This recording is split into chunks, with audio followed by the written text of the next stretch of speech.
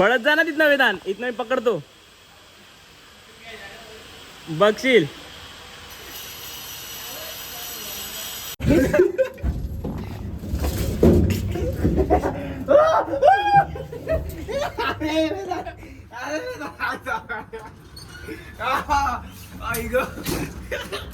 Finally मैं घर पे आ चुका हूँ एंड गाइस अभी तो मैं अपना पोस्ट वर्कआउट के लिए वो जो मील रेडी कर रहा हूँ फिलहाल, ठीक है. तो आज जो मैंने ट्रेन किया बाइसेप और ट्राइसेप मैंने ट्रेन किया था बिकॉज मैं कल पूरे दिन बाहर था, इसके लिए मैं कुछ शूट नहीं कर पाया था. और आज देखते हैं कि क्या ट्रेनिंग सेशंस में होता है. कल मैं एक सेल साइड का मोमेंटम के लिए देख रहा था बट एक मिस्टेक्स हो गई थी. वो मिस्टेक मतलब ओंडा का चार्ट नहीं चल रहा था और मैं एफ ओपन में ये ट्राई कर रहा था. सो एफ ओपन और ओंडा में थोड़ा सा डिफरेंस था, तो एक में कंफर्मेशन मिला था और एक में नहीं मिला था, तो उसकी वजह से मैं वो ट्रेड पंचअप नहीं कर पाया जो कि 200 पिप्स अपना चला गया था, अपने टारगेट अलग. बट ठीक है, कोई ना, आज मैं देखता हूँ. मैंने आज फिर से ओंडा चालू हो चुका है, ठीक है. तो आज की ट्रेडिंग सेशन में क्या होगा क्या नहीं होगा तो उसके लिए वीडियो में बने रहना बिकॉज अभी तो मैं पहले फ्रेश होता हूँ एंड देन उसके बाद अपना ट्रेडिंग चार्ट एनालिसिस करते हैं, ठीक है. अभी तो कुछ नहीं है, मैंने कुछ देखा नहीं क्योंकि मैंने एशिया ट्रेड करना छोड़ दिया. और जो अपन एक चीज़ आपके साथ शेयर करनी थी, आप जिस टाइम मॉर्निंग में वर्कआउट करते हो तो उसमें मतलब क्या होता है कि आपका मूड पूरे दिन फ्रेश रहता है, आप एनर्जेटिक फील करते हो. अगर आप शाम को जाते हो तो उसमें क्या होता है कि लाइक आप शाम में वो टाइम निकालना पड़ता है, आपका जो रिमेनिंग वर्क रहता है वो भी रह जाता है. तो इसके लिए मैं मॉर्निंग का प्रीफर करता हूँ. मॉर्निंग में कैसा, जो मॉर्निंग में रहता है उसमें अगर आप घर पे आते हो तो थोड़ा सा ये लगता है कि थका हुआ सा, बट एक बार आपको आदत होगी उसकी तो उससे एक बेटर फीलिंग आता है. आपका जो माइंडसेट रहता है वो भी रीसेट हो जाता है, तो इसके वजह से एक अच्छा ग्रोथ भी मिलता है बॉडी को, ठीक है. बट उसके लिए आपको प्री वर्कआउट में कुछ ना कुछ तो खाना चाहिए. तो मैं कभी कभी अपने बनानास वगैरह खा लेता हूँ और कभी कभी ऐसे ही चले जाता हूँ कैफीन लेके, ठीक है. तो अभी देखते हैं क्या होता है ट्रेडिंग सेशन में. तो पोस्ट वर्कआउट जो मैंने सोचा था वो रेडी हो चुका है एंड देन अभी एनालिसिस के लिए बैठ जाते हैं. पहले ये फिनिश कर लेते हैं एंड देन एनालिसिस करते हैं क्योंकि खाएंगे तब उसके बाद आराम से करेंगे बिकॉज अभी बहुत टाइम बाकी है. और लंदन चालू होने में समथिंग 1 आवर तो बाकी है. सो 1 आवर बाकी है, तब तक अपन ये फिनिश कर लेते हैं. ओके गाइस, ये जो ट्रेड था ये मिस आउट हो गया था मेरे से. एक्चुअल में ये सीन हुआ था कि मैं यहाँ पे ब्रेकआउट स्ट्रक्चर का वेट कर रहा था बट मार्केट ने यहाँ पे लिक्विडिटी स्विप कर ली थी. बट मैं ये नहीं ये ओंडा में थोड़ा सा इश्यूज़ आ गए थे, इसके लिए मैं फॉरेक्स ओपन में देख रहा था क्योंकि ओंडा का कल चार्ट नहीं चल रहा था. ओके, तो यहाँ पे ये आप देख सकते हो कि यहाँ पे स्विप नहीं हुआ है, ठीक है, बट ओंडा में हो चुका था. तो वही सीन था क्योंकि मैं ओंडा का चार्ट देख रहा था, मतलब ओंडा का चार्ट मुझे देखना था बट ये फॉरेक्स ओपन का देखना पड़ा क्योंकि थोड़े से इश्यूज आ रहे थे. वो ओंडा का चार्ट नहीं चल रहा था कल मॉर्निंग में, समथिंग दोपहर में चालू हो गया था आई थिंक. तो ये मेरा एक लेवल था, यहाँ से मैं कंफर्मेशन के लिए ये देख रहा था. यहाँ पे जिस टाइम मार्केट यहाँ पे आया यहाँ पे कंफर्मेशन दिया तब भी मैं ऑनलाइन था बट मैंने वो पंचअप नहीं किया क्योंकि मुझे ये कंफर्मेशन नहीं मिला था जो मेन मुझे चाहिए था. नीचे कैंडल क्लोजिंग वरना वीक क्लोजिंग दे देता है, तो यहाँ से अपन जो रहेगा वो डिमांड जोन्स देखेंगे, रेजिस्टेंस, एंड देन वहाँ से अपन अपना प्लान करेंगे, ठीक है. तो अभी के लिए तो कुछ नहीं है, मार्केट तो अभी एक लो क्रिएट कर रहा है, ठीक है. देखते क्या होता है लंदन तक. अगर लंदन में कुछ अच्छा ये आता है इसके नीचे तो अपन प्लान कर सकते हैं. अगर मार्केट इसके नीचे से ऐसे जाता है तो अपन प्लान कर सकते हैं, ठीक है. तो मेरा आज का यही है, सेलिंग के लिए मेरा बायस स्टिल, ठीक है.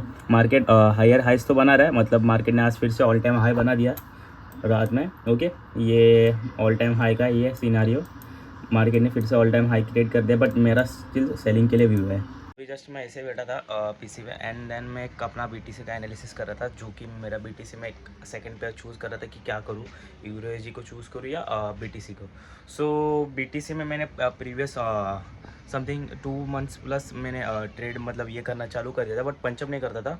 अपने जो सेटअप में वो सेटअप को देख के जो अपने लिक्विडिटीज लेवल से वो मतलब सब ये करके मैं जस्ट बीटीसी में एनालिसिस करता रहता था. मैंने बीच बीच में आपके साथ भी शेयर्स किए थे, तो बाद में मैं बीटीसी और इसको सिर्फ एक नॉर्मल एनालिसिस बैक टेस्टिंग के लिए रख दिया था कि लाइक मुझे क्या रिव्यू मिलता है बीटीसी में, क्या मुझे ट्रेड करने मिलेगा और कितना क्या मुझे विन रेट मिलता है, कितने का लॉस हो रहा है मुझे.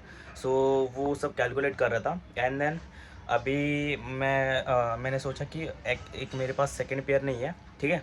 तो गोल्ड एक मेरे पास मैं सिंगल पेयर पे ट्रेड करता हूँ ना, सो इसके लिए मेरा एक ये थॉट था कि लाइक एक सेकंड पेयर होना चाहिए सिक्योर के लिए।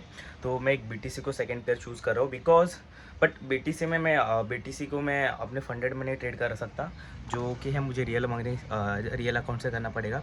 तो उसके लिए मुझे पहले फंडेड अकाउंट पास करना पड़ेगा, जिससे जो फंडिंग आते तो मैं उससे रियल मनी से अपने ट्रेड कर सकता हूँ।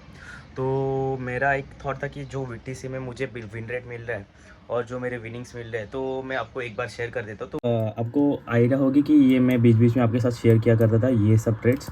ओके, तो ये एक था ट्रेड्स, वो 1200 पिप्स टू 1280 पिप्स का था। ओके, और यहाँ पे SL सेकंड में ये आपको पता होगा, आपने अगर प्रीवियस वीडियोस देखे रहेंगे मेरे, जब ये एनालिसिस शेयर किया था आपके साथ, ये सब आपको आइडिया रहेगी। उसके बाद मैंने एनालिसिस शेयर करना बंद कर दिया था बिकॉज मैं ये जस्ट बैक टेस्ट कर रहा था इसके लिए। सो उसके बाद जो मैंने ट्रेड्स थे वो ऐसे ही रख दिए थे। RR का ये है तो वैसे ही मैंने रख दिया था बिकॉज मुझे देखना था कि एट द एंड में मुझे क्या मिल रहा है। तो ये सब है।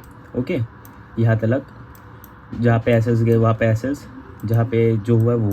तो एंड देन मैं चार्ट GPT से थोड़ा सा ये कर रहा था। तो जो मेरे लूजिंग स्टिक्स है, ओके, लूजिंग ट्रेड है, वो ये सब थे। 5 मेरे लूजिंग ट्रेड्स थे। ओके, और ये 9 विनिंग ट्रेड थे। ओके, और इसमें जो था मैं ओवरऑल 14 ट्रेड्स किया, और जो कि था 2+ मंथ्स मैंने ये इतने ही ट्रेड्स किए थे। ठीक है, तो मैं उसका मतलब एक फाइनली ये PNL निकल रहा था कि क्या मुझे मिल सकता है इसका रिजल्ट। जो मुझे विन रेट निकल के आ रहा है वो 64.29 का आ रहा है, और जो अपना नेट ये है $4581। ओके, और जो लॉस है $438। तो मैं जस्ट चार्ट GPT से थोड़ा सा कन्वर्जेशन कर रहा था अबाउट दिस कि क्या है। तो मैं इसको सेकेंडरी पेयर्स मतलब सोच रहा हूँ कि BTC में अपना ये सेकेंडरी पेयर ये करूँ। इन फ्यूचर मैं सोच रहा हूँ कि अगर मैं सेकंड पेयर चूज़ करने जाऊँगा तो BTC को ही ना एक अपना सेकंड पेयर चूज़ करूँगा, बिकॉज जो मेरा सेटअप है, मैं जिस सेटअप पे ट्रेड कर रहा हूँ, तो वो मेरे लिए अच्छे से वर्क कर रहा है BTC में। सो एक BTC एक ऐसा पेयर है कि जो मुझे एक अच्छा और एक जैसे चाहिए वैसा मोमेंटम शो कर रहा है, जैसे मुझे चाहिए जो उतने का ही लॉस मुझे ये कर रहा है। तो ये मेरे 14 ओवरऑल ट्रेड्स थे, 2+ मंथ्स में इसमें ये मिला है। बट इसमें एक सीन है कि जो कि है मुझे इसमें स्विंग ट्रेडिंग करना पड़ेगा, एंड मैं इंट्राडे ट्रेडर हूँ। सो इसके लिए मैं सोच रहा हूँ कि अगर रियल अकाउंट रहता है तो रियल अकाउंट पे इंस्ट्रक्शंस जो रूल्स एंड रेगुलेशंस नहीं रहते, जो रहता है अपन अपने खुद से ट्रेड कर सकते हो। और अपन जो फंडेड अगर अकाउंट यूज़ करते हैं उसमें कैसा रहता है कि रूल्स रहते हैं कि बिफोर सैटरडे अपने को वो पोजीशन क्लोज करनी होती है। सो इन दैट केस मैं वो पोजीशन क्लोज नहीं करना चाहता, तो इसके लिए मैं सोच रहा हूँ कि करूँ तो रियल अकाउंट से स्टार्ट करना है।